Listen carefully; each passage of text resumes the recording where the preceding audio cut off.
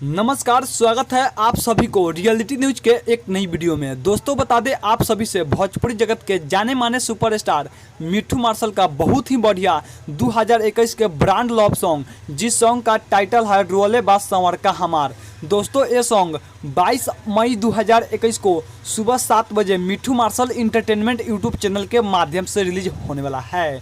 दोस्तों एक बार फिर से बता दें आप सभी को, भोजपुरी जगत के जाने माने सुपरस्टार मिठू मार्शल का बहुत ही बढ़िया ब्रांड लव सॉन्ग, जिस सॉन्ग का टाइटल है रोले बास संवर का हमार। दोस्तों ये सॉन्ग 22 मई 2021 को सुबह 7 बजे मिठू मार्शल इंटरटेनमेंट यूट्यूब चैनल के माध्यम से रिलीज होने वाला है। दोस्तों जैसे ही आप लोग मिठू मार्शल के हर सॉन्ग को प्यार आशीर्वाद देते हैं, उसी तरह इस सॉन्ग को भी प्यार आशीर्वाद दे, ताकि ये सॉन्ग भोजपुरी इंडस्ट्री में एक नया रिकॉर्ड बनाए। जी हाँ मेरे दोस्त, जानकारी अच्छी लगी होगी तो लाइक और कमेंट, साथ ही इस वीडियो को अपने दोस्तों के साथ शेयर जरूर कीजिएगा, ताकि ये वीडियो मिठू मार्शल के हर वो चाहने वाले फैंस के पास चला जाए। दोस्तों मेरे चैनल पे नए हैं तो प्लीज़ इस चैनल को सब्सक्राइब करके बेल आइकन दबा दीजिएगा, ताकि जब भी मैं भोजपुरी समाज से हर एक छोटे बड़े खबर डालूँ तो आपसे मिस ना हो। जी हाँ मेरे दोस्त, मैं कृष्णा शर्मा फिर मिलते हैं किसी नई अपडेट व किसी नई वीडियो के साथ में। तब तक के लिए जय हिंद, जय भोजपुरी समाज।